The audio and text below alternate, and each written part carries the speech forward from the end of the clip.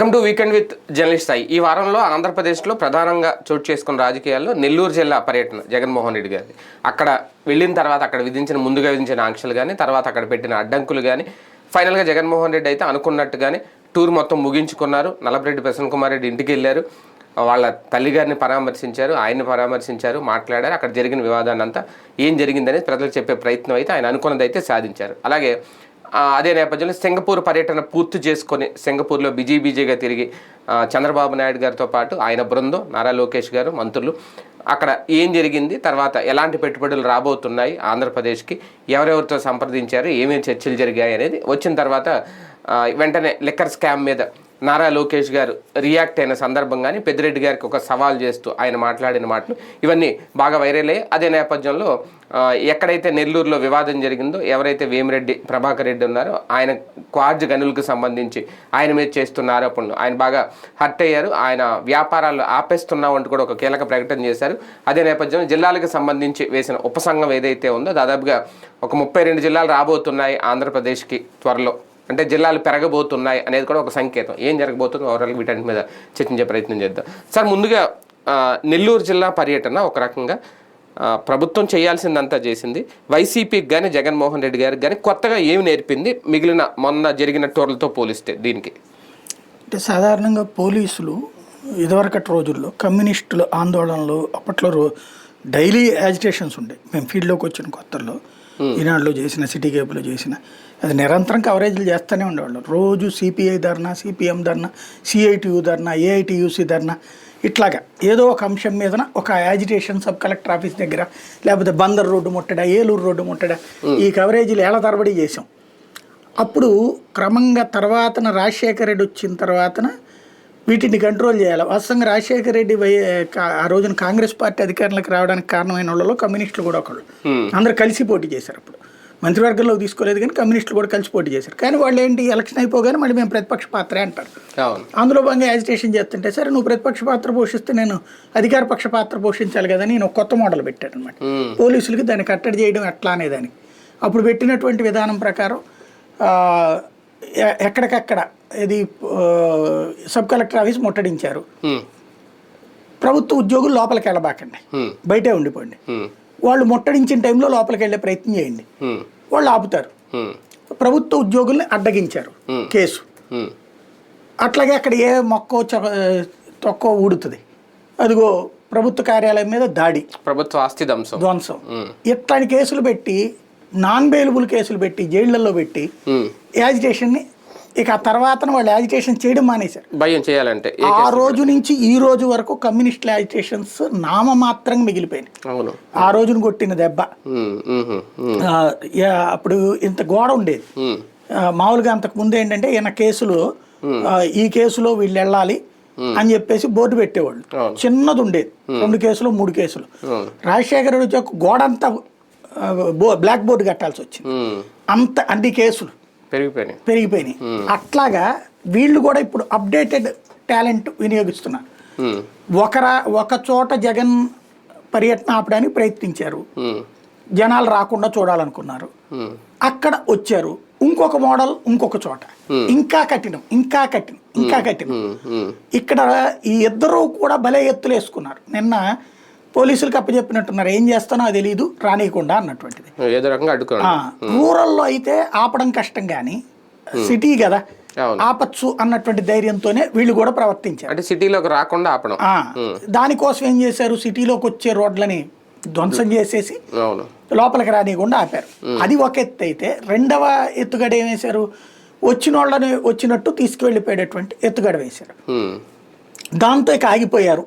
ఆంధ్రజ్యోతి లెక్క ప్రకారం ఆగిపోయినట్టు, ఏబిఎన్ లెక్క ప్రకారం జనం ఎగబడి వచ్చినట్టు. ఏబిఎన్ రిపోర్టర్ ఏమడుగుతున్నాడు, ఎంతమంది జనం ఎట్టొచ్చారు, మీరు ఇన్ని నిర్బంధాలు పెట్టాను అంటే జనం వచ్చారని. ఈ జ్యోతి ఫోటోలో మాత్రం, జ్యోతి పేపర్లో మాత్రం జనం రాలేదు అని. జనం రానప్పుడు ఇంకేం బాధ అసలు, జగన్కి జనం దూరం రాసేయాలి కదా, బ్యానర్ హెడ్డింగ్ రావాలి కదా. చంద్రబాబు నాయుడు వచ్చినప్పుడు ఉత్సాహంగా ఎగసిపడ్డ జనం ఈనాడు, ఇప్పుడు జన సమీకరణ జగన్ వస్తే జన సమీకరణ, రెండు బాబు రెండు అని చెప్పేసి తీసుకొచ్చుకున్నారు. ఇది వార్తల పరంగా ఎవరికి టాలెంట్ వాళ్ళు ఉపయోగించుకున్నారు. ఇక్కడ రెండు టాలెంట్లు ఏంటంటే పోలీసులేమో కొత్త కాన్సెప్ట్ నేర్పారు, ఇక పైన జగన్ ఎక్కడికి పోయినా రోడ్లు తవ్వేస్తారు. అది బ్లాక్ చేయడం వేరు, రోడ్లను తవ్వేయడం వేరు. బ్లాక్ చేసి చేయడం ఏదో బ్యారికేడ్లు పెట్టి కట్టేవారు. ఇప్పుడు బ్యారికేడ్ల గొడవలు, బ్యారికేడ్లు కూడా తోసుకుని వెళ్ళిపోతారు అనేసి రోడ్డుని గోతులు తవ్వేటటువంటిది. ఇది సాధారణంగా యుద్ధాల సందర్భంలో చేస్తుంటారు. శత్రు సైన్యం రాకుండా గుంటలు తవ్వేసి, లేదా మన సైన్యం గుంటల్లో ఉండి శత్రు సైన్యాన్ని లేపేయడానికి వాడతారు. ఇప్పుడు మన ఆంధ్రప్రదేశ్ యుద్ధ క్షేత్రంగా మారింది అనమాట. కొత్తగా గుంటలు తవ్వుకుంటాం. ఇది పోలీసింగ్ లో వచ్చిన మార్పు అయితే, వీళ్ళు అదే అంటారు కదా, తాడిదన్నేవాడు ఎవడైతే తలదన్నేవాడు. వీళ్ళు ఏం చేశారు, పోలీసులు ఇట్లా చేయబోతున్నారు ముందు పసిగట్టి ఆ నెల్లూరులో ఉన్నటువంటి దాదాపు 10-12 కళ్యాణ మండపాలు ఉన్నాయట. కళ్యాణ మండపాలు పెళ్లిళ్ళ పేరుతో ఫంక్షన్ల పేరుతో బుక్ చేసేసుకున్నారు. 10 కూడా 10-12 మొత్తం. అందులో ఈవెన్ వేమిరెడ్డిది కూడా ఉన్నాడు కళ్యాణ మండపం. ఆ కళ్యాణ మండపాలన్నీ బుక్ చేసేసుకుని ఫంక్షన్ల పేరుతో వాళ్ళ నుంచి ట్రాక్టర్లు వేసుకుని వచ్చేసారు వీళ్ళంతా. ముందు రోజునే ఉన్నారు అక్కడ కళ్యాణ మండపంలో ఉన్నారు. అక్కడ ఏదో సంబరాలు చేసుకుంటున్నట్టు అక్కడే తిన్నారా, తాగారా, ఎంజాయ్ అయిపోయి పొద్దున్నే వీళ్ళు పొద్దున్నే రెండో రోజు దాకా కూడా పెట్టుకున్నారు అనమాట. రెండో రోజు మధ్యాహ్నానికి, అంటే ఇవాళ మధ్యాహ్నం నుంచి రేపు మధ్యాహ్నం దాకా 24 hours, అంటే 3 పూటల భోజనం. రెండో రోజు పొద్దున్నే టిఫిన్ చేసి చక్కగా నడుచుకుంటూ వెళ్ళారు. 3 కిలోమీటర్లు 4 కిలోమీటర్లు అట్ట అయ్యి ఊరు అవుట్స్కర్ట్స్ లో పెడుతున్నారు కదా ఇప్పుడు భారీ కళ్యాణ మండపాలు. అక్కడి నుంచి వెళ్ళారు, జగన్ కార్యక్రమంలో పాల్గొన్నారు. ర్యాలీ లాగా అది. ఇప్పుడు ఇది కొత్త, ఇది అంటే కొత్త ఎత్తు. లోకల్ గా ఉన్న వైసీపీ వాళ్ళు వేసిన ఎత్తుగడ, అంటే ఎత్తుకు పై ఎత్తు, వీళ్ళ ఎత్తుకి వీళ్ళ పై ఎత్తు. అది అయితే అక్కడ మనకు వినబడుతున్న మాట ఏంటంటే, సిటీలో ఉన్నోళ్ళు మాత్రం మళ్ళీ కేసులు ఈ పెంట అంత ఎందుకని భయపడి మాక్సిమం ముందు రాలేదట. ఈ బయట నుంచి రూరల్ నుంచి వచ్చిన వాళ్ళు ఎక్కువ ఉన్నారట. వాళ్ళు ఎట్లాగంతా సెటిల్ అయ్యారట. వాళ్ళు వచ్చి ఎప్పుడైతే రోడ్లు నిండిపోయినాయో అప్పుడు ఊళ్ళో ఉన్నోళ్ళు కూడా వచ్చారట. తద్వారా చివరికి నల్లపరెడ్డి ఇంటి దగ్గరకు వచ్చేటప్పటికి రోడ్లన్నీ నిండిపోయినాయి. ముందు జైలు దగ్గరకు వచ్చినప్పుడు వీళ్ళే ఉన్నారు, జైలు కానీ తర్వాత బయలుదేరేటప్పుడు కానీ. ఆ తర్వాత వచ్చిన జనం అంతా ఇట్లా వచ్చారట. ఇది మనకి తాజాగా కనబడుతున్నటువంటి, అంటే ఎత్తులు పై ఎత్తులు నడుస్తున్నాయి. రాబోయే రోజుల్లో జగన్ని ఇంకా ఏ విధంగా జగన్ దగ్గరికి రాకుండా చూడాలన్న ప్రయత్నం వీళ్ళు చేస్తారు. ఏ విధంగా జనం వచ్చేటందుకు ఏర్పాట్లు చేయాలో వాళ్ళు చేసుకుంటారు. జనాన్ని అడ్డుకునే విషయంలోనూ, లేదంటే జనాన్ని అక్కడికి తీసుకొచ్చే విషయంలో వైసీపీ, అడ్డుకునే విషయంలో ప్రభుత్వం, ఇద్దరు సక్సెస్ అయ్యారు ఇందులో. అంటే బేసిక్గా ఒకటి, ప్రభుత్వం అడ్డుకునేటటువంటి విధానాల్లో కొత్త పోకడలకు పోయింది. అంటే ఆ రూల్స్ అదే ఇప్పుడు ఆ కంచె చేయడం, బారికేడ్లు, ఆ గోతులు ఈ లేకపోతే ఇంకా వచ్చి ఉండేవారు జనం అంతవరకు అడ్డుకొని. అక్కడ వాళ్ళు చేస్తున్న తప్పదే. అది వేసినా కూడా ఇంతమంది వచ్చినప్పుడు వైఫల్యం అవుతుంది కదా. అదే అంటున్నాను. అది వెయ్యకుండా ఉంటే వీళ్ళు చెప్పినట్టు, జ్యోతి చెప్పినట్టు, ఈనాడు చెప్పినట్టు, ఇప్పుడు వీళ్ళ సింపుల్ లాజిక్ ఒకటేనండి. ఆ ప్రాంతంలో ఉన్నటువంటి పబ్లిక్ ఎలా ఫీల్ అవ్వాలి? సత్తినపల్లిలో లక్షల మంది వచ్చారంటారా, లేకపోతే పిఠాపురంలో వేరే చోట జనం బాగా వచ్చారంటారా, ఇక్కడ ఎవడు రాలేదండి, ఇక్కడ వచ్చింది మన దగ్గర చూసాం కదా, నిండుగా వచ్చారు కానీ ఇది కొంచెమేనంటారా అక్కడితో పోల్చుకుంటే అని బిగిన్ అవ్వాలి సైకలాజికల్. జనం తగ్గిపోయారు అనేది లోకల్ వాళ్ళు ఫీల్ అవ్వాలి. ఇతర ప్రాంతాల వాళ్ళు జనం రావట్లేదట అని ఫీల్ అవ్వాలి. ఇది వీళ్ళ స్ట్రాటజీ. ఇప్పుడు ఏంటంటే ఈ నెల్లూరు నుంచి వీళ్ళు మీడియా ప్లస్ గవర్నమెంట్ కలిపి ప్రారంభించినటువంటి కొత్త స్ట్రాటజీ, కొత్త వ్యూహం. ఏమీ లేరు అన్నటువంటిది మీడియా ద్వారా అనిపించి, తద్వారా అక్కడ జనం నిండుగా కనబడ్డా సరే అక్కడతో పోల్చుకుంటే తక్కువ అనేటటువంటి ఒక ఫీలింగ్ ని క్రియేట్ చేసి ఒక కొత్త ఎత్తు. అంటే ఒక 20% అయినా ఆపగలిగారేమో, 10%, 20% వచ్చే వాళ్ళని రాకుండా. ఇంకో విషయం అంటే ఇందాక మీరు మాట్లాడినప్పుడు అడ్డుగా, అంటే ఈ కమ్యూనిస్టులు ఇది వచ్చింది కదా సిఐటి, వాస్తవాన్ని నేను పేపర్లో చేసినప్పుడు, మండల రిపోర్టర్ చేసిన రోజు మాకు ఏదో ఒక వార్త అయితే ఉండేది. అంటే విపక్షాలన్నీ కలిసేవి అప్పుడు, ఎవరు ప్రతిపక్షంలో ఉన్నా, అంటే ఇప్పుడు కూటమి ఉందనుకోండి, దీన్ని వదిలేస్తే కలిసేవి. ఇప్పుడు జగన్మోహన్ రెడ్డి గారు ఎంత యాజిటేషన్ చేస్తున్నారు, బయటకు వెళ్తున్నారు, కనీసం ఈ కమ్యూనిస్ట్ పార్టీల్లో మిగిలిన విపక్షాలని ఎందుకు కలుపుకోవట్లేదు? అంటే కలుపుకున్నంత మాత్రం ఎక్కువ జనం వచ్చేస్తారని కాదు నా ఉద్దేశం. కలుపుకుని ఎల్లుంటే కనుక ఇంకా యాజిటేషన్ ప్రజల్లో గట్టిగా వెళ్తుంది కదా. అంటే ఇది పార్టీ కార్యక్రమం కదా, పార్టీ నాయకుడిని పరామర్శకి వాళ్ళు అక్కర్లేదు.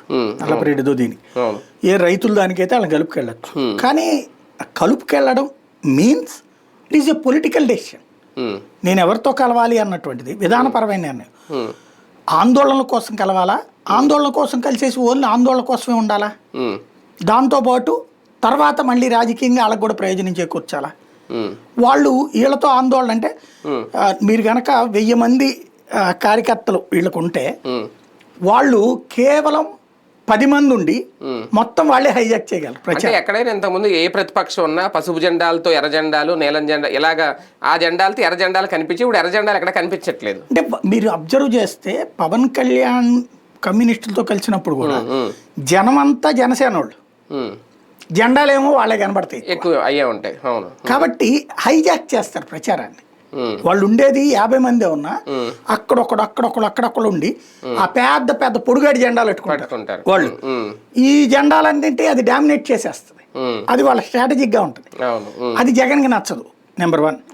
నెంబర్ 2 ఏంటంటే పొలిటికల్ గా వేరే పార్టీతో కలిసి వెళ్ళడం అతనికి ఇష్టం ఉండదు. కమ్యూనిస్టులు వీళ్ళతో ఏమైనా ఫ్యూచర్ లో ఈ హెరాస్మెంట్స్ ఎక్కువైతే ఆయన వెళ్తాడేమో తెలియదు. మీరు ఇంతవరకు జగన్ ఏ రోజున పొత్తులు ఎవరితోనూ పెట్టుకోలేదు. ఒక్క 2014లో ఒక్క ఖమ్మం జిల్లాలో మాత్రమే, అది కూడా పొంగులేటి శ్రీనివాసరెడ్డి అక్కడ లోకల్ గా పొత్తు కుదుర్చుకోవడానికి ఒప్పుకున్నారు. తెలంగాణ మనకి సంబంధం లేదనేసి. ఇక్కడ అప్పుడు పొత్తు అంటే కూడా ఒప్పుకోవాలి, ఎందుకంటే అప్పటికి ఇక్కడ వీళ్ళు ఎన్డీఏగా ఉన్నారు, వాళ్ళు రెడీలో ఉన్నారు 2 రాష్ట్రాల పొత్తులకి. ఒప్పుకోలేదు జగన్మోహన్ రెడ్డి మనకు వద్దని. అక్కడ ఉన్నటువంటి పొంగులేటి శ్రీనివాసరెడ్డి రిక్వెస్ట్ చేస్తే అతనే ఖర్చు పెట్టుకుంటానన్నాడు ఖమ్మం జిల్లాదంతా.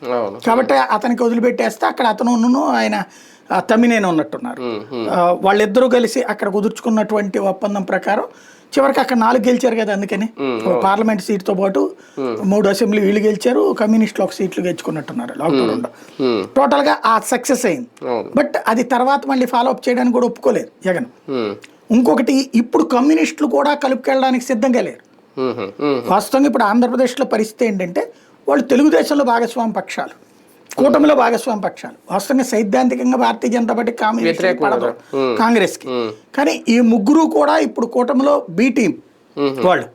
ఏ టీం ప్రత్యక్షంగా పబ్లిక్ కనిపించే పొత్తులు తెలుగుదేశం, జనసేన, భారతీయ జనతా పార్టీ.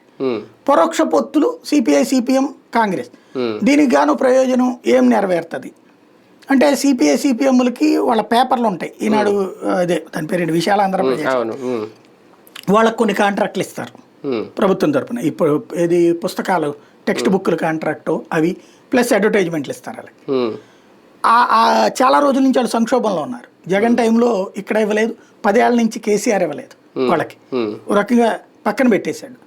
వాళ్ళకి ఆ మాత్రం చాలు. ఇదివరకు అయితే కనుక ఆటిటి కోసం లొంగేవాళ్ళు కాదు. ఇదివరకు అయితే వాళ్ళు పూర్తిగా నాకు ఎమ్మెల్యే ఎన్ని ఇస్తారు ఇవన్నీ ముందుగా గొడవ బిగిన్ చేసేవాళ్ళు, చివరికి ఎక్కువ అడిగేవాళ్ళు, ఎంతో కొంత తీసుకునేవాళ్ళు. ఇప్పుడు వాళ్ళకి అట్లాగే సిద్ధంగా లేరు జగన్. కాబట్టి లేదు, అక్కడ కేసీఆర్ కూడా ఇవ్వలేదు కదా, రేవంత్ ఇచ్చాడు మొన్న 1 సీటు. కాబట్టి ఇప్పుడు అక్కడ సిపిఐకి వచ్చేటప్పటికి 2 రాష్ట్రాలు బెనిఫిట్. నారాయణ గారి పుణ్యం అని సిపిఐకి 2 రాష్ట్రాల్లో కూడా, ఇక్కడ విశాలాంధ్ర, అక్కడ కూడా ఇంకోటి ఏదో పేపర్ని పెట్టారు కమ్యూనిస్ట్ టీవీ ఛానల్. ఎట్లాగో వాళ్ళది ఉండేది, ఇప్పుడైతే తీసేసినట్టున్నారు. 99 వేరే వాళ్ళు కొనుక్కున్నట్టున్నారు కదా, తోట చంద్రశేఖర్ వాళ్ళు. ఆ 99 టీవీకి కూడా అప్పట్లో స్పాన్సర్షిప్లు అవి ఉండేది. ఇప్పుడు 2 రాష్ట్రాలు ఈ పత్రికలను ఈ వీటిలో డబ్బులు ఇవి వస్తుంటది. రాజకీయంగా అయితేనంటారా, చంద్రబాబు గారి మీద అపారమైన ప్రేమ ఉన్నోళ్లే సిపిఐ, సిపిఎం నాయకులు. శ్రీనివాస్ గారైనా, రామకృష్ణ గారైనా ఊరికినే కాస్త సెటైర్ వేయాలి, అంతకు మించి ఏముండదు. బీజేపీని తిడతారు వాళ్ళు అంతే. పవన్ కళ్యాణ్ కూడా క్వశ్చన్ చేస్తుంటారు. చంద్రబాబు గారిని మెత్తడి సుత్తుతో ఓటేసేస్తుంటారు, అయిపోతుంది. వాళ్ళు ఇప్పుడు జగన్ దగ్గరకు వచ్చి కూర్చునే ఉద్దేశంలో వాళ్ళు లేరు. జగన్ వాళ్ళని పిలిపించుకునే ఉద్దేశం లేదు, ఎందుకంటే వాళ్ళు ఈయనతో ఉన్నారన్నటువంటి తెలుసు. అంటే భవిష్యత్తులో అంటే రేపు కొన్ని నెలల్లో ఇప్పుడు ప్రతిపక్షంలో ఉన్నప్పుడు ఢిల్లీలో వెళ్ళి యాజిటేషన్ చేయాలి అని అనుకుంటే, ఏదో విషయంలో జగన్మోహన్ రెడ్డి గారు వైసీపీ ఏదో పార్టీల మద్దతు ఆయన కూడా పొందే అవకాశం ఉంది. అలాంటప్పుడు ఇది ఉపయోగపడదా రేపొద్దున్న? అంటే కమ్యూనిస్టులకి ఆంధ్రప్రదేశ్లో ఉన్న కమ్యూనిస్టులు, బాబు గారి బి టీం, వాళ్ళ నాయకులందరూ కూడా ఓ రకంగా టీడీపీ ఆర్ టీం. ఇప్పుడు టీడీపీ బి టీం, ఇప్పుడు బీజేపీలో టీ టీం అంటాం, భారతీయ జనతా పార్టీ తెలుగుదేశం కార్యకర్తలు. BJP Y team, Bharatiya Janata Party YSR Congress Party. అట్లాగే సిపిఐ టీ టీం. ఇది CPI T team, CPM T team అని ఉంటుంది. 2 పార్టీల్లో తెలుగుదేశం ప్రేమికులు వాళ్ళు. వాళ్ళు బాబు గారిని అపారంగా ప్రేమిస్తుంటారు, బయటికి ద్వేషిస్తున్నట్టు నటిస్తుంటారు. కాబట్టి అలాంటి వాళ్ళు ఉన్నంత వరకు జగన్మోహన్ రెడ్డి ఇలా నమ్ముకునే అంత అమాయకుడు కాదు. బేసిక్గా వాళ్ళ అధినాయకత్వాలకు వచ్చేటప్పటికి ఈ అసలు కౌంటే కాదు వాళ్ళకి. ఈవెన్ ఇక్కడ వీళ్ళే ఏదో ఒకటి చూపెడతారు, ఏదో మాకు తెలంగాణలో ఓ ఎమ్మెల్సీ ఇచ్చాడు రేవంత్, ఒక ఎమ్మెల్యే ఇచ్చాడు చూసారా, నా పోరాటాల ఫలితమే అని చెప్తారు ఇప్పుడు. కాబట్టి ఈవెన్ అధినాయకత్వంలో కూడా ఇంతకుముందు వీళ్ళే చేశారు కదా మన వాళ్ళు, సురవరమా లేకపోతే వీళ్ళు చేస్తున్నారు కదా సీతారాం ఇట్లాంటి వాళ్ళు. కాబట్టి అక్కడ వీళ్ళ ఇన్ఫ్లుయెన్స్ బాగుంది. ఇప్పుడు నారాయణ జాతీయ సెక్రటరీ, జనరల్ సెక్రటరీ స్థాయికి రావాల్సినటువంటి వాడు. అట్లాగే సిపిఎంకి సంబంధించినటువంటిది రాఘవులు గారు అక్కడ కీ పొజిషన్లో ఉన్నారు. వాళ్ళు చంద్రబాబు గారు అంటే అపారంగా ప్రేమిస్తుంటారు. వాళ్ళు ప్రేమించడమే కాదు, జగన్ని ద్వేషిస్తారు. ఫస్ట్ జగన్ని ద్వేషిస్తారు బాగా. కాబట్టి జగన్ని ద్వేషించి బాబుని ప్రేమించేటప్పుడు వాళ్ళు ఇతన్ని ఎందుకు పైకి తీసుకెళ్తారు, వాళ్ళు వాళ్ళ అధినాయకత్వాల దగ్గరికి ఎందుకు తీసుకెళ్తారు? జగన్ గనక అయ్యా నాకు మీరు లేకపోతే కష్టము, మీ ఇద్దరికి చిరొక 5 సీట్లు ఇస్తాను, లేదా కనీసం మీకు చిరకు 2 సీట్లు ఇస్తాను, నేను అధికారంలోకి వచ్చాక మీ ఇద్దరికి చిరో 2 ఎమ్మెల్సీలు ఇస్తాను, చెరకు ఒక రాజ్యసభ ఇస్తాను, రెండు అయ్యా అంటే అప్పుడు వీళ్ళు అధినాయకత్వం దగ్గరికి తీసుకెళ్తారు. అలాంటి ఉద్దేశం జగన్కి లేదు. ఒక రకంగా నెల్లూరు జిల్లాలో ఓకే ఆయన అడ్డుకోవడం ఇవన్నీ ఒక ఎత్తు అయితే, కాకాన్ని కలవడం ఒకటి, అలాగే అనిల్ కుమార్ని ఒక ఆయన జైల్లో లేరనుకోండి, ఆయన మీద ఉన్న కేసులు, ప్రధానంగా నల్లపురెడ్డి ఇంటికి వెళ్ళకూడదు అనేది ఆంక్షలు. కానీ ఆయన వెళ్ళారు, మాట్లాడారు, తల్లిగారిని కూడా పరామర్శించారు. అది అంటే ఏ సంకేతం?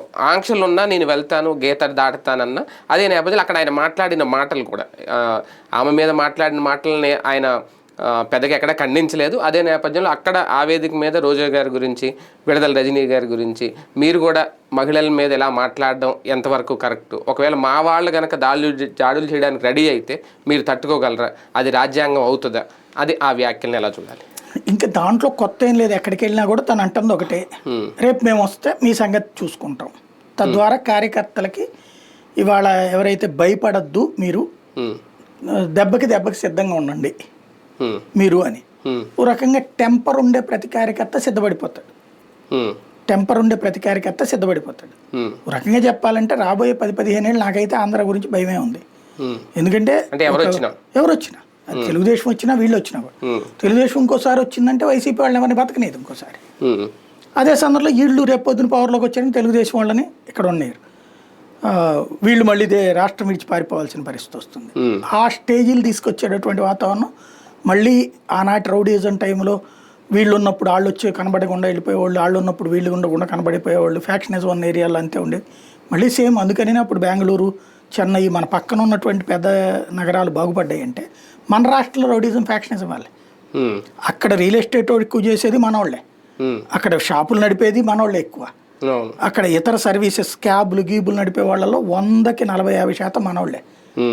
ఎప్పుడు వెళ్ళి సెటిల్ అయినటువంటి హైదరాబాద్, చెన్నై, బెంగళూరు. ఎందుకు అంటే వాళ్ళ ఊళ్ళల్లో వ్యాపారాలు. మనం అంటుంటాం పెట్టుబడులు రండి పెట్టండి అని. మనోడే అక్కడ పరిశ్రమలు పెట్టింది. చిన్న పరిశ్రమలు హైదరాబాద్లో 100కి 70 ఎవడేయండి, మధ్యతర పరిశ్రమలు, ఎంఎస్ఎంఈలు మనోళ్లే, పెద్ద ఫ్యాక్టరీలు మనోళ్లే, షాపింగ్ మాల్స్ మనోళ్లే, బెంగళూరులో మనోళ్లే. మరి వాళ్ళందరూ ఇక్కడ ఎందుకు వచ్చి పెట్టుబడి పెట్టరు? నువ్వు సింగపూర్కి వెళ్ళక్కర్లా, లేకపోతే అమెరికాకి పోనక్కర్లా, మన వాళ్ళందరికీ మన రాష్ట్రం మీద నమ్మకం కలిగితే అయిపోతుంది. కానీ ఎవడు పెట్టడు. ఎందుకని? ఒకడు పవర్లో ఉన్నప్పుడు ఇంకోటి నాశనం చేయాలనుకుంటారు. కాబట్టి వీళ్ళ ఆస్తికి రక్షణ లేదు, అక్కడ ఉంటున్నారు. ఇంకా ఇది పెరుగుతుంది, ఇది ఇంకా ముదిరి పాకాన పడుతుంది. రెండవది ఏంటి, ప్రశాంత్ రెడ్డిని విమర్శించిన దాని గురించి ఖండించాల. ఎందుకు? అతని ఇంటి దగ్గరికి వెళ్ళాడు కాబట్టి. కాకపోతే ఆమె మాట్లాడిందేమో వ్యక్తిగతం కాదు, రాజకీయం. ఇతను మాట్లాడింది వ్యక్తిగతం. అయితే దుర్భాష లేదు, అంటే లంలు ముమ్లు లేదు. పెంట మొహాలు గింట మొహాలు లాంటి. ఇప్పుడు ఈ అమ్మాయిని రోజాని అతను మాట్లాడుతుంటాడు, అదేదో చేపల పులుసు అతను, అట్లాగే ఇంకా కొంతమంది మాట్లాడుతుంటారు సోషల్ మీడియాలో కూడా. పవన్ ఫ్యాన్స్ అయితే దారుణమైనటువంటి అట్లా విడుదల రజనీ.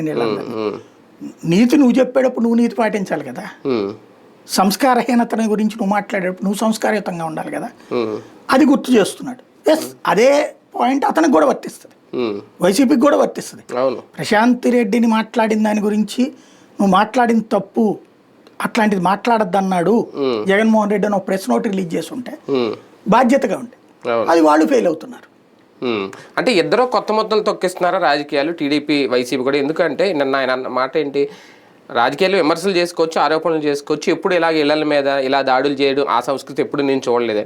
కానీ వైసీపీ హయాంలో టీడీపీ ఆఫీస్ మీద దాడి జరిగింది, గన్నవరంలో వల్లభనేని వంశీ అక్కడ దాడి జరిగిందని దాని మీద కేసు ఉంది. అంటే అక్కడ ఆయన చేశారు, ఓకే, అది ఇలా మాట్లాడట్లేదు, ఇది చేయడం తప్పు అంటున్నారు. ఇద్దరు కొత్త పంతులు తొక్కేస్తున్నారు ఈ దాడులతో రాజకీయాలు. అంటే మేము మాట్లాడేది వరకే నమ్మండి, వినండి, మేము వదిలేసింది వదిలేయండి అని చెప్తున్నారు. ఇప్పుడు తెలుగుదేశం కార్యాలయం మీద దాడి కావచ్చు, లేకపోతే కనుక ఇప్పుడు అయ్యన్న పాత్రుడికి మీద కేసులు, లేకపోతే అచ్చెన్నాయుడు మీద కేసులు ఎందుకు? జగన్ వాళ్ళు తిట్టారు కాబట్టి అది వాళ్ళ నోటి దోల, ఈయన కేసులు దోల, చేతి దోల. ఇప్పుడు సేమ్ రివర్స్, అది తప్పు అన్నటువంటి వాళ్ళు వీళ్ళు అదే మాట్లాడుతున్నారు అంతకంటే దారుణంగా. కాబట్టి ఇద్దరూ కూడా చెప్పే ఎదుటి వాళ్ళు నీతిని ఫాలో అవ్వమంటున్నారు, ఒక రకంగా ఎదుటి వాళ్ళని బానిసత్వంలో ఉండమంటున్నారు. అప్పుడు వైసీపీ, ఇప్పుడు తెలుగుదేశం, ఇద్దరూ కూడా జరిగిపోయింది జరిగిపోయింది, ఎనఫ్ ఈజ్ ఎనఫ్, ఇవాళ నుంచి మనం బాధ్యతగా ఉందాం అనే మాటలేదు. అదే కదా, ఇదే శాపం. ఇంకా నేను చేస్తాను, మేము వస్తే మామూలుగా ఉండదు, దానికి నేను బాధ్యత తీసుకోలేను, మీరే బాధ్యులు అని చెప్పడం. అయితే ఇక్కడ కామన్గా సార్ ఈ మధ్యన ఎక్కడున్నా రాజకీయాల్లో ఓకే, వాళ్ళని వీళ్ళని తిట్టుకోండి, కొట్టుకోండి, ఏదైనా జరగండి, మధ్యలో అధికారులని నలిపేస్తున్నారా, భయపెడుతున్నారా జగన్మోహన్ రెడ్డి?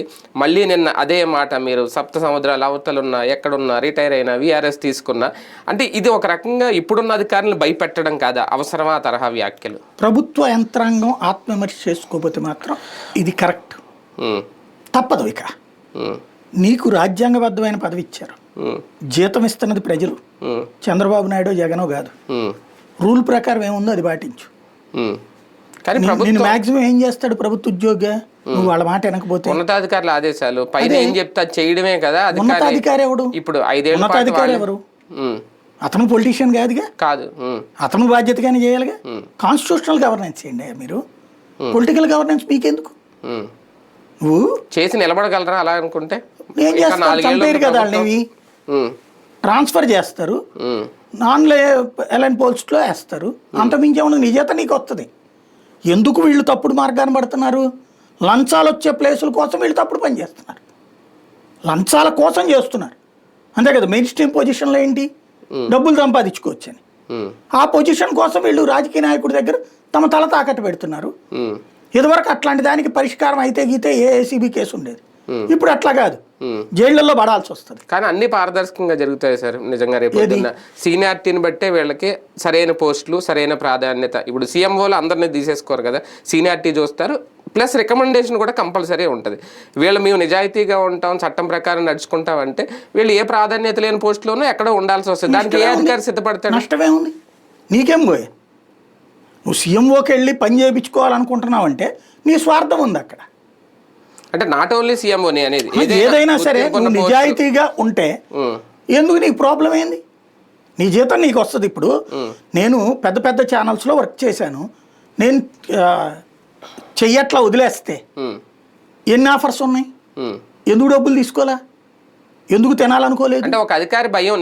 నేను అనేది ఎవడైనా సరే మనం చచ్చే వరకు ప్రశాంతంగా ఉందాం అనుకున్నప్పుడు ఈ తప్పుడు పని చేయక. ఇదివరకటి రోజుల్లో లంచాలు తీసుకుని డబ్బులు పెంచుకున్న దానికి ఏసీబీ ఒక్క భయమే ఉంది. ఆంధ్రాలో ఇప్పుడు రెండో భయం, రాజకీయ భయం. తెలంగాణలో కూడా 2 తెలుగు రాష్ట్రాల్లో అధికార యంత్రాంగాలు ఎప్పుడైతే వాళ్ళ కాన్స్టిట్యూషనల్ రూల్స్కి విరుద్ధంగా వ్యక్తిగత స్వార్థాల కోసం తప్పుడు పనులు చేయడం ప్రారంభించారో,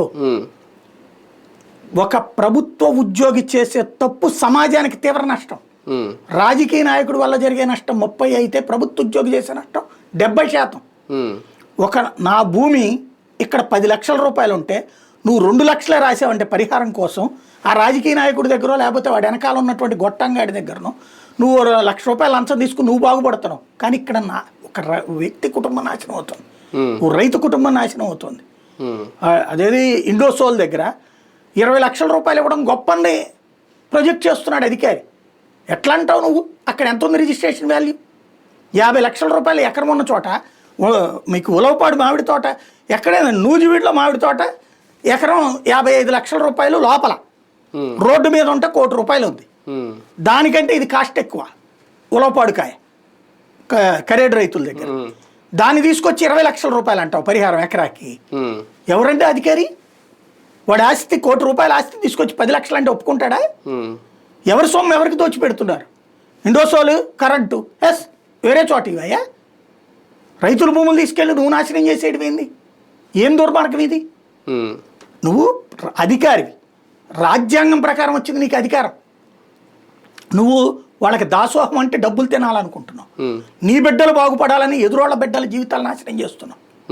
నీ బిడ్డల బాగు కోసం, నీ కుటుంబం బాగు కోసం వేరే ఆడవాళ్ళ సౌభాగ్యాన్ని నాశనం చేస్తున్నావు.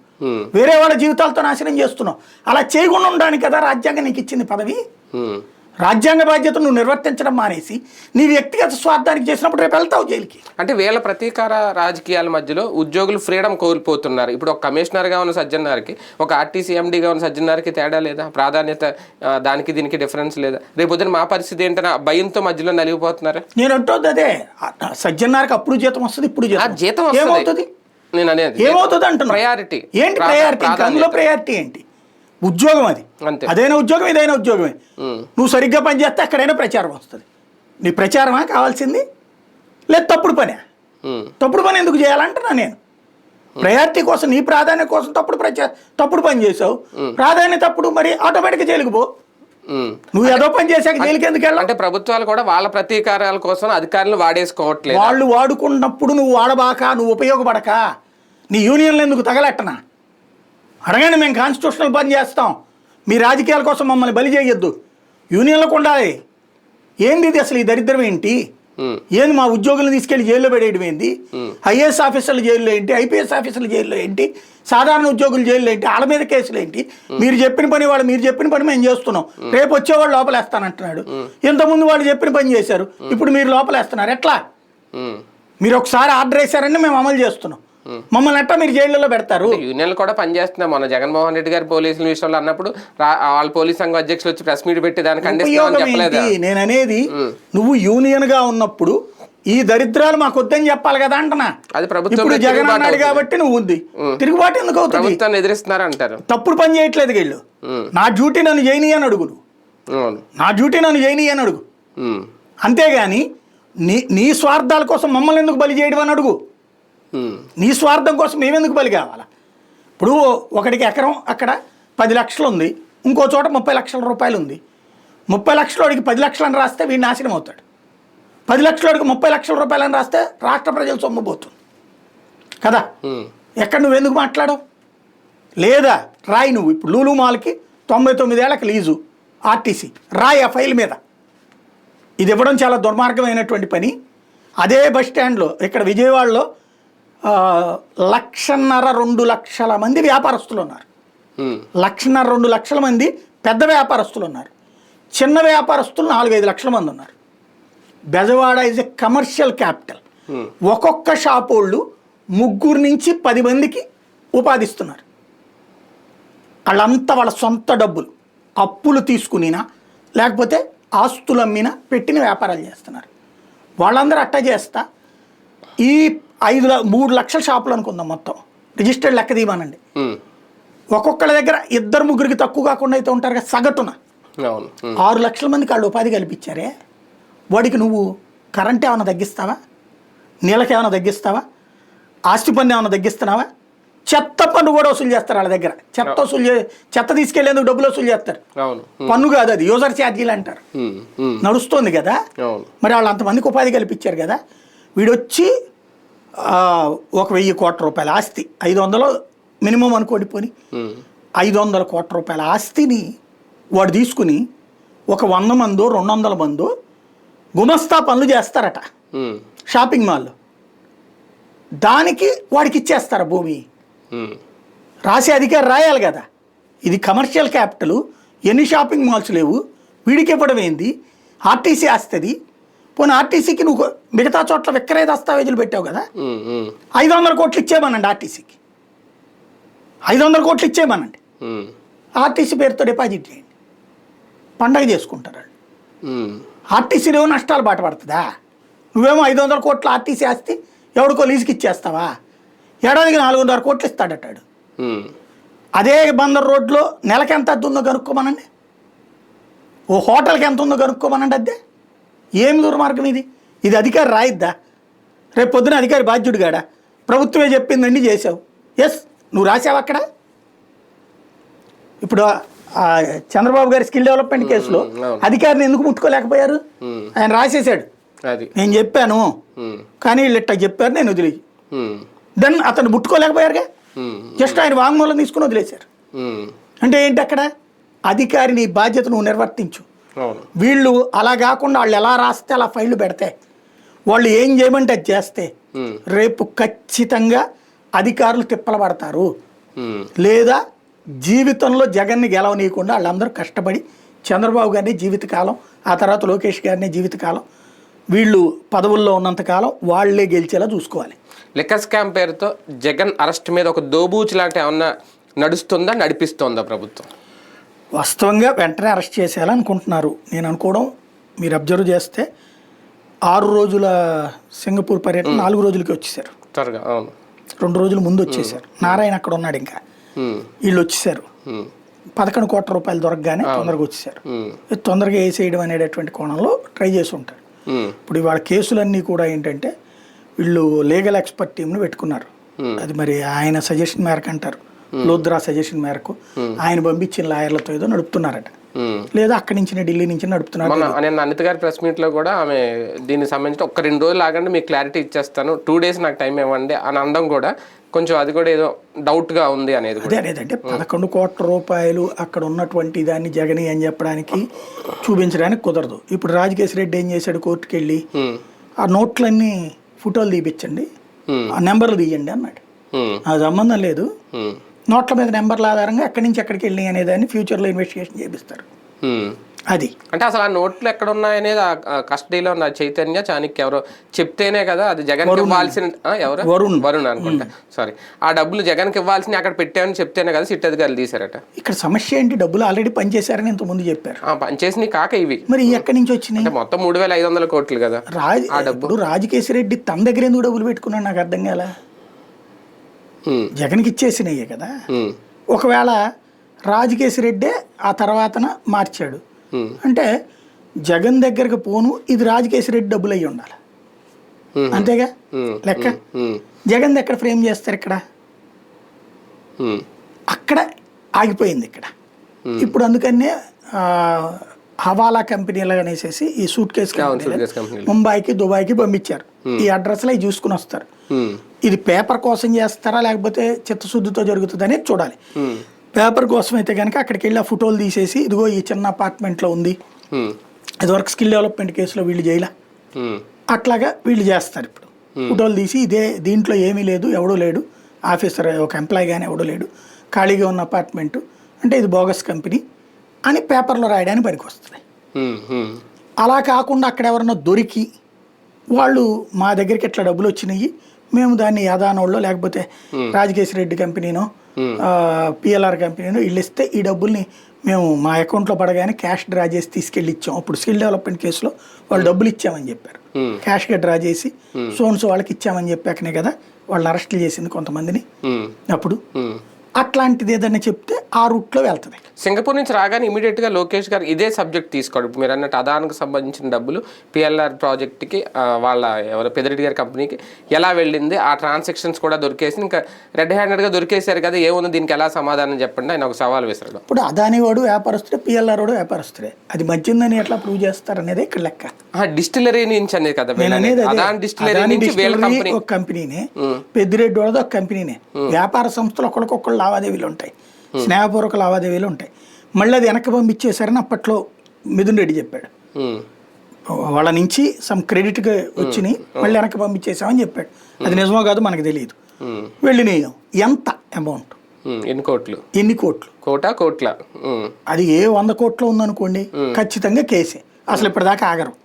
ఏ 5 కోట్లు ఉందనుకోండి నిలబడదు, ఏ 5 కోట్లు 4 కోట్లు ఉందనుకోండి నిలబడదు. మా వ్యాపారంలో భాగంగా మేము ఇచ్చామంటారు, అవతలైపోతుంది. కాబట్టి అదేంటనేది తేలా. అంటే అది మిథున్ రెడ్డి వరకు ఉంటుందా ఒకవేళ ఆ ట్రాన్సాక్షన్ నిజమైతే? ఆల్రెడీ మిథున్ రెడ్డి రిమాండ్లో ఉన్నారు, ఆయన మీద ఇంకా జైలు శిక్ష విధించడానికి దానికి అవుతుందా? అది జగన్కి లింక్ ఎలా అవుతుంది? జగన్ దగ్గరికి తీసుకురావడానికి ఎలా అనేది ప్రయత్నిస్తున్నారు, నానా విధాలుగా ప్రయత్నిస్తున్నారు. మిథున్ రెడ్డి కోసం కాదు అది. బేసిక్గా ఇప్పుడంటే మిథున్ రెడ్డిది నిన్న పెద్దిరెడ్డి అన్ని మాట్లాడాడు కాబట్టి ఆయన అమ్ముకున్నారు.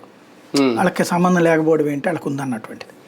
అందుకోసం లేదంటే పెద్దిరెడ్డిని కూడా ఏమన్నా ఇరికిస్తారు ఇందులో, ఆయన కూడా ఏమన్నారు? ఏముంది, అది పిఎల్ఆర్ ఈయనే చూస్తున్నాడు పెద్దిరెడ్డి. అంటే ఫ్యామిలీ ప్రాజెక్ట్ అనేది అంటున్నారు కదా, ఏదో తీసుకోవాలి, దాంట్లో ఎవరు నడుపుతున్నారు అన్నటువంటిది అంతవరకే వస్తుంది అనమాట. సీరియస్గా ఉంది అనడానికి లోకేష్ గారు రంగంలో దిగడమా, నిన్న మాట్లాడడమా? ఇది జగన్ అరెస్ట్ అవుతారు ఇంక రేపు ఎల్లుండి. సింగపూర్ నిన్న పొద్దున సోషల్ మీడియాలో ప్రొజెక్ట్ అయింది. చంద్రబాబు గారు సింగపూర్ నుంచి వచ్చాక ఆయన పవర్ పాయింట్ ప్రజెంటేషన్ ఇస్తుంటారు, అట్లాగేదో ప్రిపేర్ చేశారని చెప్పారు. మేబీ కాస్త రెస్ట్ తీసుకుందామని ఉంటారు, అందుకని ఈయన ముందుకు వచ్చారు లోకేష్. ఆయన మాట్లాడారు సింగపూర్ టూర్ గురించి. లేదా ఫ్యూచర్ సిగ్నల్ కూడా అయి ఉండొచ్చు, భవిష్యత్తు కాబోయే ముఖ్యమంత్రి కాబట్టి సింబాలిక్గా విదేశాల నుంచి వచ్చాక అక్కడ జరిగిన బ్రీఫింగ్ ఆయన ఇచ్చి ఉండొచ్చు. ఒక రకంగా చాలా వేగంగా వెళ్ళి వేగంగా రావడం. దాదాపు 26 కంపెనీలతో ఎంతమందితో మాట్లాడారు, పారిశ్రామికవేత్తలతో. మన దగ్గర ఏమేమి ఉన్నాయి, కంపెనీలు పెట్టుకోవడానికి ఎలాంటి సౌలభ్యాలు ఉన్నాయి, ఎలాంటి సౌకర్యాలు ఉన్నాయి, సక్సెస్ చేసుకుని వచ్చారని అనుకోవాలా? సింగపూర్ టూర్ని మనకి ఎంతవరకు రేపొద్దున్న ప్రయోజనం? ఆంధ్రాలో సమస్యల్లో ఒక్కటే, పెట్టుబడులు వచ్చేసినాయి అని చెప్పడానికి నమ్మడానికి ఏమీ లేదు. అంటే ఎంఓయూలు అయితే కుదుర్చుకుంటున్నారు, ఎంఓయూలు కూడా కాదు ఇవి, వాళ్ళు చెప్పారట అంతే. వాళ్ళు చెప్పారంతే. ఇప్పుడు 45,000 కోట్ల రూపాయల దాకా పెట్టుబడులు పెడతామని హామీ ఇచ్చారు వాళ్ళు. మన ఆంధ్రజ్యోతి రాసింది 3 కీలక ఒప్పందాలు జరిగిపోయినాయి ఆయన అక్కడ ఉండగానే, సింగపూర్ లో ఉండగానే. ఆ ఎంఓయూలు ఇంతకుముందు 20 లక్షల కోట్లకి చేసుకున్నారు కదా, దానివల్ల 8 లక్షల మంది ఉద్యోగాలు. అదే జ్యోతి ఇంకొకటి కూడా రాసింది, గత 10 సంవత్సరాల్లో ఎన్నడూ లేనంత ఇప్పుడు వచ్చినాయి అని, ఈ ఏడాదిలో వచ్చిందని రాసింది. ఈ ఏడాదిలో మరి అప్పుడు 20 లక్షల కోట్లు కదా వాళ్ళు రాసింది. జగన్ 16 లక్షల కోట్లు ఎంతో, అంటే 36 లక్షల కోట్ల కంటే ఎక్కువ వచ్చేసినాయి ఇప్పుడు. అయ్యా వచ్చినాయి అసలు, అంటే అప్పుడేం రాలేదని ఇప్పుడు చెప్తున్నట్ట. ఇవి ఒప్పందాలే కదా, ఒప్పందాలు కావాలంటే 20 లక్షల కోట్ల కంటే ఎక్కువ ఇంతవరకు అసలు రికార్డే లేదు. భారతదేశ చరిత్రలో ఒక రాష్ట్ర ప్రభుత్వం 20 లక్షల కోట్ల ఒప్పందాలు కుదుర్చుకుని ఇంతవరకు ఎవడూ లేడు, ఇంక్లూడింగ్ గుజరాత్. ఒక్క ఆంధ్రప్రదేశ్ 20 లక్షల కోట్ల ఒప్పందం కుదుర్చుకుంది. జగన్ టైంలో 2023లో అనుకుంటా 14 లక్షలు 15 లక్షల కోట్లు వైజాగ్లో సమ్మిట్లో కుదుర్చుకున్నారు. అవి రెండు వస్తే 34 లక్షల కోట్లు. అసలు ఆంధ్ర ఎక్కడ ఉండేది 34 లక్షల కోట్లు అంటే? ఇప్పుడు వాటికంటే ఎక్కువ అంటున్నారు వీళ్ళు. ఇది అంటే ఎంఓయూలుగా అట్లా ఉంటే వాటిట్లో వాస్తవికత 25,000 కోట్లు 50,000 కోట్లు వచ్చినట్టున్నాయి. నేను విన్నదైతే అంతకుముందు 35,000 కోట్లు, జగన్ టైంలో 85,000 కోట్లు ఎంత వచ్చినాయి అని వాళ్ళ పార్టీలు ఇది వైసీపీ టైంలో చెప్పినటువంటి మాట. వాళ్ళు మా టైంలో 85,000 కోట్లు, జగన్ టైంలో 35,000 కోట్లు వచ్చినాయి వాళ్ళు చెప్పేవాళ్ళు, టీడీపీ వాళ్ళు. మొత్తం కలిపితే 1,00,000 కోట్ల దాకా వచ్చినట్టు ఆంధ్రాకి. ఇప్పుడు ఈ ఎంత వస్తుంది? ఇది ఎంఓయూలు మాత్రమే లేదా ఇది చర్చలు మాత్రమే. నేను ఇంతకుముందే చెప్పినట్టు సింగపూర్ కంపెనీలు ఆంధ్రాలో చేయడానికి ఏమీ లేదు. ఇక్కడ ఉన్నటువంటి లాజిస్టిక్స్ హబ్స్ ఇట్లాంటి వాటిట్లో చేయాలి. ఇప్పుడు అదే నిజమైతే నిన్న గూగుల్ దాన్ని ఎందుకు అకస్మాత్తుగా ప్రచారంలోకి తెచ్చారు? సింగపూర్ నుంచి టూర్ నుంచి వస్తున్నప్పుడు సింగపూర్లో గూగుల్తో ఏం మీటింగ్ అవ్వాల.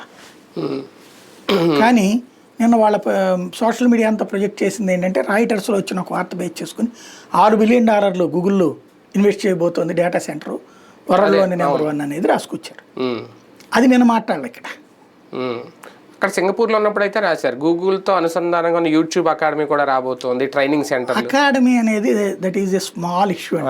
అకాడమీ అంటే ఏం లేదు, ట్రైనింగ్ సెంటర్, ఓ రకంగా ప్రైవేట్ స్కూలు. అది దాంతో అది వచ్చి పెద్దగా ఒరిగేది ఏమీ లేదు. ఏం ట్రైనింగ్ ఇస్తారు వాళ్ళు? అదే క్రియేటర్స్ దాంట్లో వాళ్ళు ట్రైనింగ్ ఇచ్చేది. ఇంకేముంటది దాంట్లో చేయడానికి? వాళ్ళు ఇప్పుడు కొత్తగా క్రియేటర్ అనేటువంటి అది ఒక కాలక్షేపం, అందులో ఏం లేదు. కానీ సింగపూర్ వైపు ఒక ఆశగా చూస్తుందా ప్రభుత్వం? ఏదో వస్తుంది రేపొద్దున, దాని ద్వారానే అమరావతికి ముడిపడి ఉంది అభివృద్ధి అంతా అని ఆశ కనిపించిందా? నాకు కనిపించింది ఒకటే, వీళ్ళు వేసుకున్న పెద్ద స్కెచ్ ఫెయిల్ అయ్యింది, జగన్ చెడగొట్టాడు, ఇప్పుడు మళ్ళీ ఆ స్కెచ్ అమలు చేయమన్నాడు, వాళ్ళు ధైర్యం చేయలే. ఇంతకుముందు వేసుకున్న స్కెచ్ ఏంటి? ఒక 100 ఎకరాలు ఉంటే 50 ఎకరాలు వాళ్ళకి ఫ్రీ ఫ్రీ ఫ్రీ ఫ్రీ మిగతాదో 1600 ఎకరాలు ఇస్తారు. వాడు కేవలం 300 కోట్లు పెట్టుబడి పెడతాడు. మనం 1200 కోట్లతో అంతా డెవలప్ చేసిస్తాం, ఫ్లాట్లు గిట్లు వేసిస్తాం. ఆ తర్వాత వాడు అమ్ముతాడు. అమ్ముకుని వాడు 58% డబ్బులు తీసుకుంటే మన 42% డబ్బులు ఇస్తాడు లాభంలో. దాంట్లో ఒకవేళ ఆ పథకాన్ని ఆ ఒప్పందాన్ని కనుక మనం రద్దు చేసుకుంటే వాడికి డబుల్ ఇవ్వాలి, 150%. క్యాన్సిల్ ఎప్పుడైతే అప్పుడు. ఆ తర్వాత చూసుకుంటే కేసు ఏదన్నా పెట్టాలనుకుంటే ఇంగ్లాండ్ కోర్టులో వేయాలి. ఇది విచిత్రమైనటువంటి ఒప్పందం. దాన్ని జగను కర్ర విరక్కుండా పాము చావకుండా, మీరు జగన్ వచ్చాక చేసిన వాటిట్లో మెచ్చుకోవాల్సింది ఏంటంటే చంద్రబాబు నాయుడు ఎంత గింజుకున్నా కట్టనటువంటి కనకదుర్గ ఫ్లైఓవర్ వాడు రకరకాల సాకులు చెప్పాడు. కేంద్రాన్ని ఆడిచ్చాడు, రాష్ట్రాన్ని ఆడిచ్చాడు. కనకదుర్గ ఫ్లైఓవర్ పూర్తి కాల. ఏం చేశాడో తెలియదు, మూసుకుని కట్టేసి ఇచ్చిపోయాడు. అంటే అదంతా గడ్కరీ గారి అంటారు కదా, ఆయన గడ్కరీ టైంలో అవ్వకే కదా, గడ్కరీ చెప్తే కూడా అవ్వలేదు. ఇనాగరేషన్ ఆయన తర్వాత కూడా వచ్చాడు కాబట్టి. కానీ ఫస్ట్ ఎప్పుడు ఆగిపోయింది? చంద్రబాబు టైంలోనే ఆగిపోయింది. అది ఆగిపోతే వీళ్ళు కూడా కేంద్రం మీద ఒత్తిడి తెచ్చారు. వాడికి దాంట్లో అకౌంట్లో డబ్బులు లేవు కదా, ఒక దిక్కుమాలిన సంస్థ అనమాట. దాన్ని ఏమంటారు, డెట్లో ఉంది అది. దాంట్లో డబ్బులు వేయగానే బ్యాంక్ కూడా లాగేసుకుంటాడు. అలాంటి సంస్థలో మీరు దాంట్లో వేయగానే దానికి ఇంకో అకౌంట్ క్రియేట్ చేయమంటాడు. అట్ట కుదురుతుంది అంటది కేంద్రం. అట్ట కుదరకపోతే మేము చేయలేమంటాడు ఆడు. అట్ట వదిలేశారు దాన్ని. మరి ఆడు ఎట్ట కట్టిచ్చేసాడు జగన్ వచ్చాక? బెంచ్ సర్కిల్ ఫ్లైఓవర్ అట్టా కట్టేశాడుగా. అలాగే దాని పేరేంటది, మన రెండో వైపు కూడా కట్టించాడు జగన్ ఉన్నప్పుడు. అంతకుముందు అసలు అది ప్రారంభం కూడా కాదు. మచిలీపట్నం హైవే కూడా అట్లా కట్టించాడు కదా. అట్లా అప్పటిదాకా గొడవలు పడ్డోళ్ళు వాళ్ళంతా కాంట్రాక్టర్లు మహానాటకాలు ఆడారు కేంద్రంతో. రాష్ట్రం కూడా వాళ్ళని నిలదీసి పని చేయించుకోవడం కాకుండా వాళ్ళకి వత్తాసు పలికింది. అట్లాంటిది జగన్ వచ్చాక చక్ పని అయిపోయినాయి, అన్ని లైన్లోకి వచ్చేసినాయి కదా. అట్లాగే సింగపూర్ ఎన్ని డ్రామాలు వేసిందే ప్రాజెక్టు, మూసుకుని వెళ్ళిపోయారు అంతే. ఏం మాట్లాడకుండా వెళ్ళిపోయారు. ఎందుకు ఇంగ్లాండ్లో కేసు వేయలా? ఇప్పుడు ఏమైనా ఏమని చెప్పేసి ఇంగ్లాండ్లో కేసు ఏమని చెప్పేసి డబ్బులు ఇస్తారు వాళ్ళకి. నిన్న మంత్రి చెప్పేశాడు కదా, మేము ఆ సీడ్ క్యాపిటల్ పాయింట్లు ఇన్వాల్వ్ కామని చెప్పేశాడు. వాస్తవంగా వీళ్ళు వెళ్ళింది అందుకోసం, మళ్ళీ వాళ్ళని తీసుకొచ్చి. ఇప్పుడు ఏం లేదండి, సింపుల్. ఇప్పుడు శ్రీ సిటీ ఉంది, అక్కడ ఒక టీంకి రాజశేఖర రెడ్డి టైంలో అప్పచెప్పేశారు. వాళ్ళే అదంతా డెవలప్ చేశారు. ఇది రోడ్లు వేయడం కానీ ఇదంతా కూడా పైన ఇన్ఫ్రాస్ట్రక్చర్ అక్కడ దాకా లింక్డ్ వరకే కేంద్రం, ఇది అప్పుడు రాష్ట్ర ప్రభుత్వం చేసింది. మిగతాదంతా వాళ్ళు డెవలప్ చేసి ఇవాళ అప్పట్లో ఎకరం 50 లక్షలకు 30 లక్షలుగా ఇచ్చారు. ఇవాళ ఎకరం 3 కోట్లు 4 కోట్లు 5 కోట్లు బలుకుతుంది. మొత్తం అదంతా ఆ కమిటీనే చూసుకుంటుంది. అట్లాగా ఆదాయం అంతా వాళ్ళదే, కమిటీదే. ఇప్పుడు ఇక్కడ అట్లాగే సింగపూర్ ఒడిగిపోయేది ఆదాయం అంతా. సింగపూర్ ఒడిగిపోతుందంటే కన్సార్టియం, అదేంటి ప్రభుత్వాన్ని కాదు, మళ్ళీ అదొక పచ్చి అబద్ధం. కన్సార్టియం అక్కడ ఉన్నటువంటి ఈశ్వరంతో పాటు కొన్ని సంస్థలు కలిసి అది డెవలపింగ్ మోడ్లో తీసుకుని వాళ్ళు అమ్మి పెట్టి లాభాలు సంపాదించుకున్నాక ఎవరికి ఇచ్చుకుంటారు, అవి పెద్ద ఇష్యూ. అవును, ఇదంతా ఒక ఎత్తు. సింగపూర్ నుంచి ఓకే రేపు ఏమొస్తుంది, వైజాగ్ వాళ్ళు వస్తారు లేదని. కానీ రాజధాని అభివృద్ధి పేరుతో ఒక భారీ ల్యాండ్ బ్యాంక్ని కూటమి ప్రభుత్వం తన దగ్గర పెట్టుకొని భూములు వాళ్ళ ద్వారే ఇవ్వడం. ఇప్పుడు మొన్న కూడా ఏంటి గొడవ, ఈయనకి పార్థసారథి గారికి ఏదో కొంత భూమి ఇచ్చారనో, బాలశౌరికి ఇచ్చారనేది టీడీపీలో, మా వాళ్ళకి ఇవ్వట్లేదని అదొకటి ఉంది.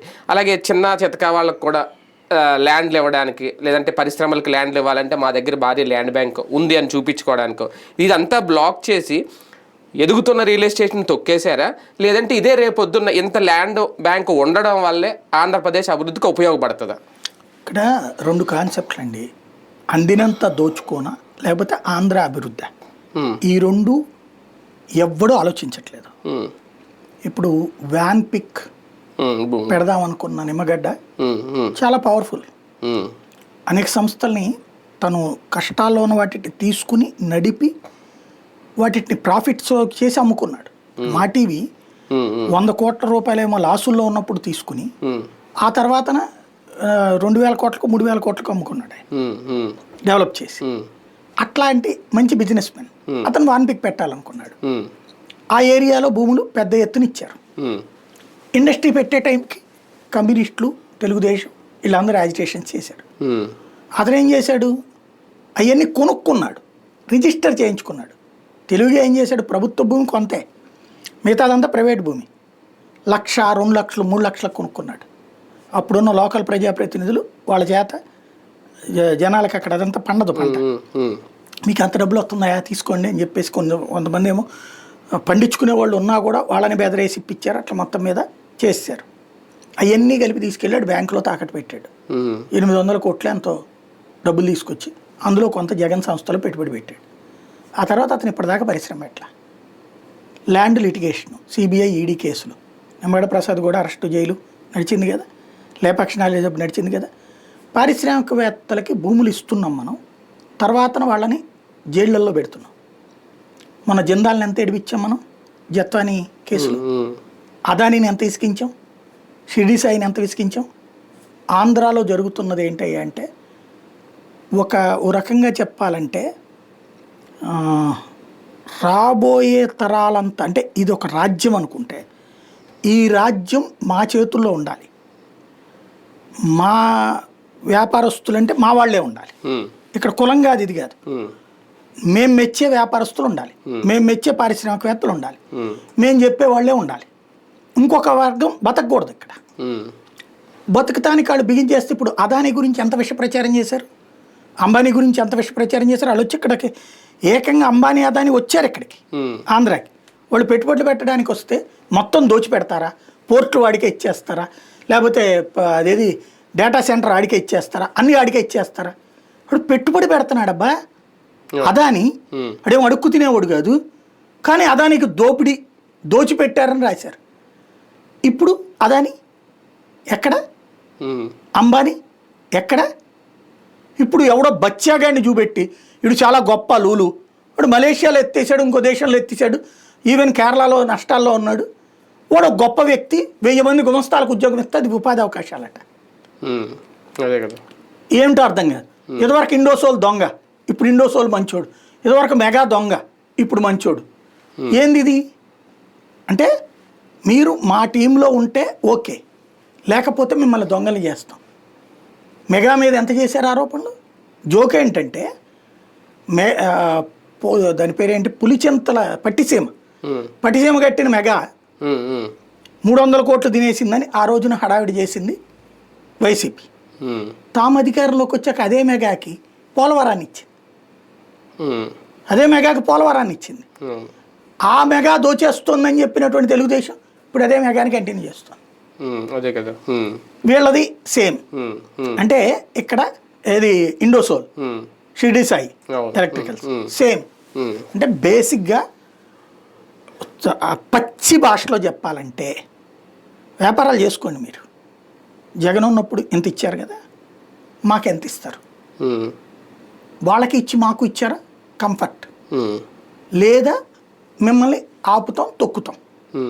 అంటే ఆంధ్రాలో పెట్టుబడి పెట్టాలని ఒక 1000 కోట్ల రూపాయలు తీసుకుని ఎవడన్నా వస్తే 400 కోట్లు 500 కోట్లు 2 పార్టీలకి ఇచ్చుకోవడానికి సిద్ధపడాలి. ఇస్తే అప్పుడు ఇద్దరితో టైంలో ప్రాబ్లం లేదు, లైక్ మెగా షిరిడి. అలా కాకపోతే వాళ్ళకి మళ్ళీ ఇబ్బందులు పడాలి. ఇది ప్రస్తుతం. అంటే ఇదొకటి అయితే 1000 ఎకరాలు ఫ్రీజ్ అయిపోతున్నాయి ప్రభుత్వం దగ్గర. నేను అడిగేది ఫ్రీజ్ అనడానికి ఏం లేదు. ఇక్కడ బేసిక్ సమస్య ఏంటంటే కన్స్ట్రక్షన్స్ చేస్తారా లేదా అన్న దాని మీదనే డిపెండ్ అయ్యి ఉంది. ఇప్పుడు సింపుల్ లాజిక్ అండి, అమరావతిలో మీరు మీడియా కదా అనేసి ఇప్పుడేదో నేను కూడా అనుకుంటున్నా అప్లై చేద్దామా, వీళ్ళేదో డిజిటల్ విభాగాలు వీటికి కూడా ఇస్తాము ఇండస్ట్రీస్కి అని చెప్తున్నా. మనం ఇప్పుడు ఒక 6-7 బతుకుతున్నాం, అంటే 6-7 ఉపాధి కల్పించినట్టే కదా.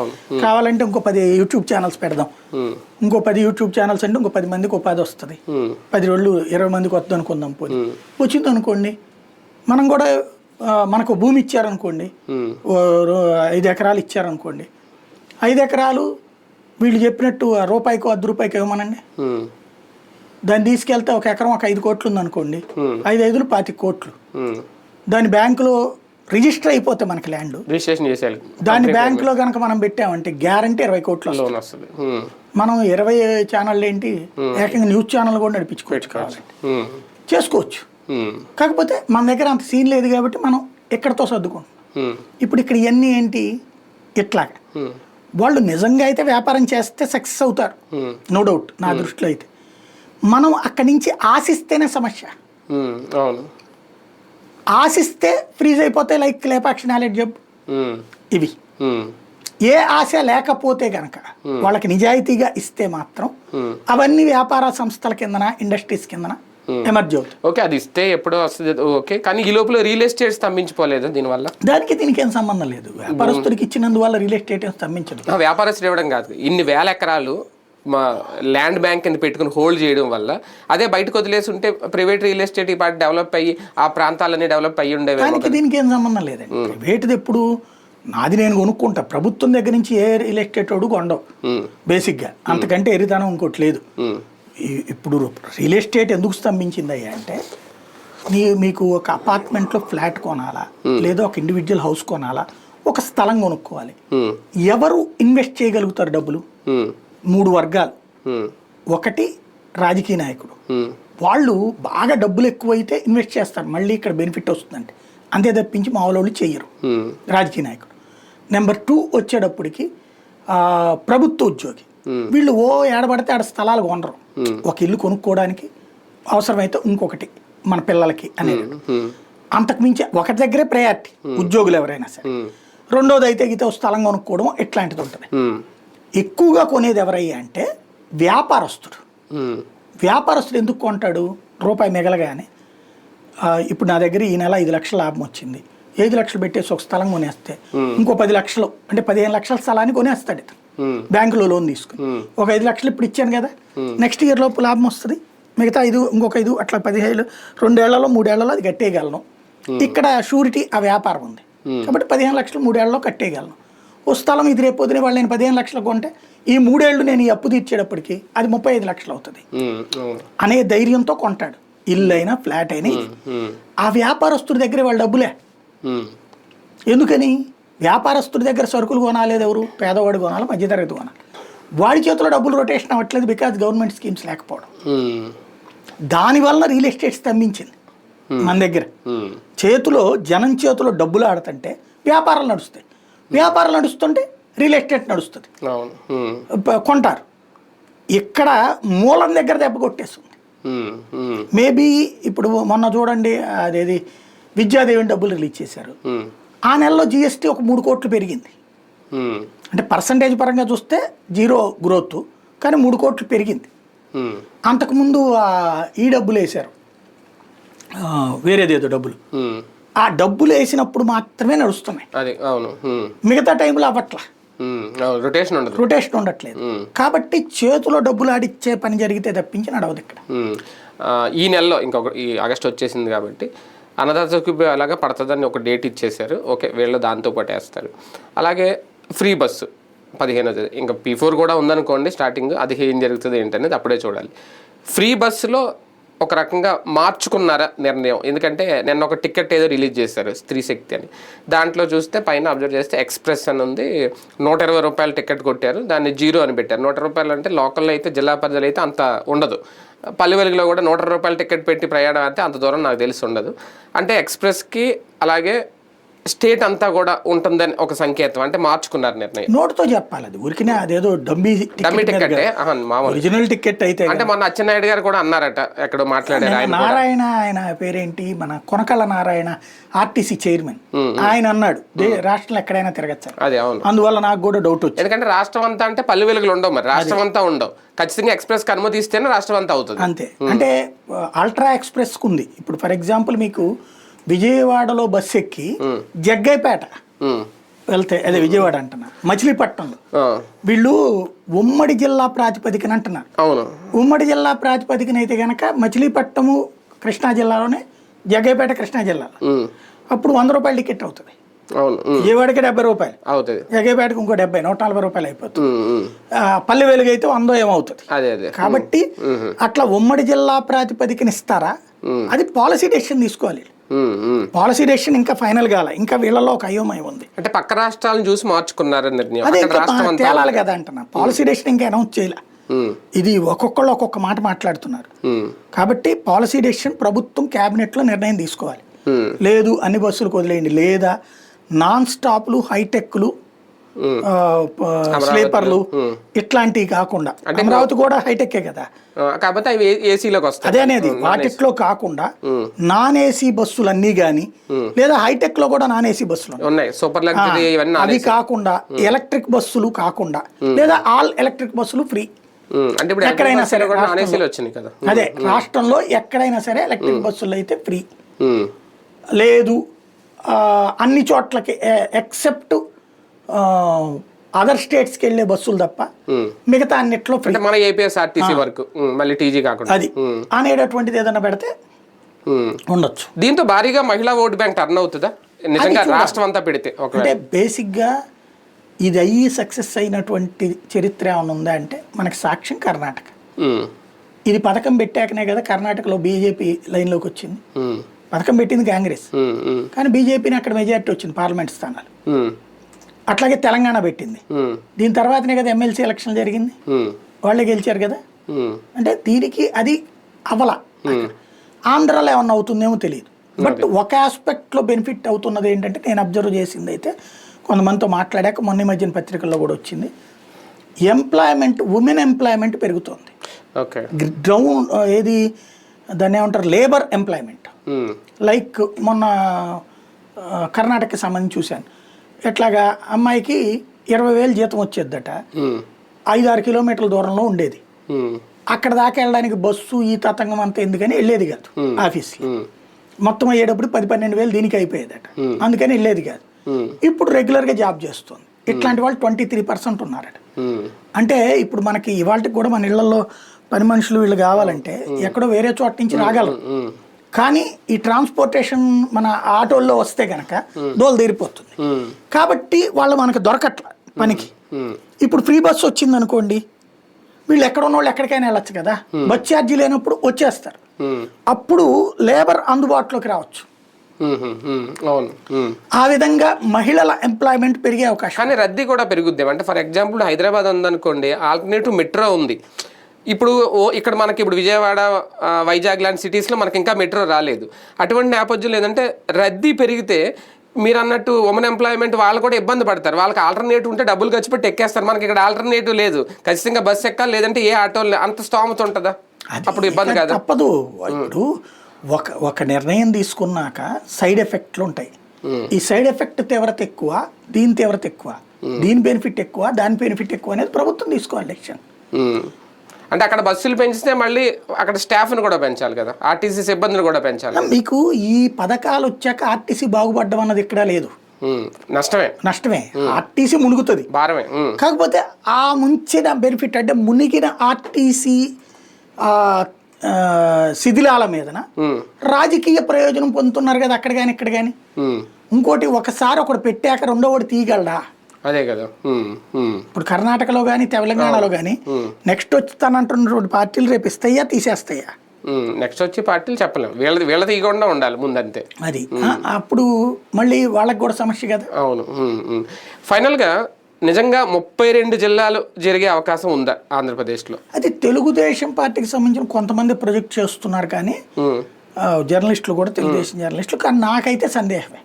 అంటే ఉపసంఘం ఆల్రెడీ దానికి సంబంధించి అంత రెడీ చేస్తుంది, మంత్రుల ఉపసంఘం. బేసిక్గా ఒకటండి, చాలా చోట్ల ఉంటాయి, కానీ సమస్య ఏంటంటే వీళ్ళకి ఏదన్నా ఇంటెన్షన్ ఉండాలి.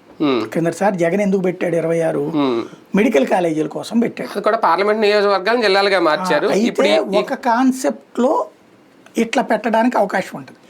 ఏంటంటే ఇదివరకు ప్రభుత్వం, కేంద్ర ప్రభుత్వం ఇచ్చేటటువంటి నిధులు జిల్లాల వారికి ఇచ్చింది, అందుకని కేసీఆర్ అని పెట్టాడు జిల్లాలు. జిల్లాకి ఎంతనిచ్చింది, జిల్లా డెవలప్మెంట్ ఫండ్ కింద. ఇప్పుడు అట్లా కాదు, పంచాయతీలకు డైరెక్ట్ డబ్బులు వెళ్ళిపోతాయి. ఇప్పుడు అవసరం లేదండి. అయితే గీతే నన్ను అడిగితే వీళ్ళు దాన్ని ఏమంటారు, 40 చేయొచ్చు, 32 కాదు 40 చేయొచ్చు. ఎట్లాగా? నువ్వు ఇప్పుడు జగన్ చేసిన పని ఏంటి, పార్లమెంట్ నియోజకవర్గాన్ని ఒక జిల్లా ఒకటి. అవును. రేపు నువ్వు ఏ పార్లమెంట్ నియోజకవర్గం చేయాలనుకుంటున్నావు అది జిల్లాగా పెట్టుకు. ఇప్పుడే నీ హయాంలోనే జరుగుతుంది నియోజకవర్గాల పునర్విభజన, జరిగిపోద్దా? No doubt. కాబట్టి అయ్యే పెట్టుకోండి ఇప్పుడే, సింపుల్. ఇప్పటి నుంచి అలవాటు పడతారు. అప్పుడు జిల్లాలు పెరిగితే, అసెంబ్లీ నియోజకవర్గాలు పెరిగితే ఇంకా 225 అసెంబ్లీ అవుతాయి. 40 దాకా పార్లమెంట్ వెళ్తాయి. అంటే 29లోపు అయిపోతాయా ఒకవేళ? నాకు తెలిసి 99% అంటే ఈ జనగణన లెక్కలు ఇదేదో అడ్డుకో అదేం పెద్ద ఇష్యూ కాదు, సింపుల్గా అయిపోతుంది. రైట్, చూద్దాం నిజంగా జిల్లాలో పెంపు అనేది ఆ స్థాయిలో ఉంటుందా? వాట్సాప్లో అయితే ఇప్పుడు సర్క్యులేట్ అవుతుంది, సోషల్ మీడియాలో బాగా 32 చేయబోతున్నారు. అఫీషియల్గా అయితే ఇంకా ప్రకటించలేదు. అదే నేపథ్యంలో ఈ వారంలో ఏం జరగబోతోంది, జగన్ అరెస్ట్ ఏమన్నా చూస్తామా, నిజంగా అరెస్ట్ అయితే తర్వాత ఎలాంటి రాజకీయ పరిణామాలు చోటు చేసుకుంటాయి, కూటమి ప్రభుత్వం సిద్ధం అవుతుందా, ప్రిపేర్ అవుతుందా జగన్ అరెస్ట్ చేయడానికి, దానికి సంబంధించిన బలమైన ఆధారాలన్నీ సేకరించే పనిలో భాగంగానే ఈ 11 కోట్లు కానివ్వండి ఇవన్నీ రెడీ చేస్తున్నారా, ఏం జరుగుతుందో వేచి చూద్దాం. ఇది వాళ్ళ వీకెండ్ విత్ జన్ సాయి.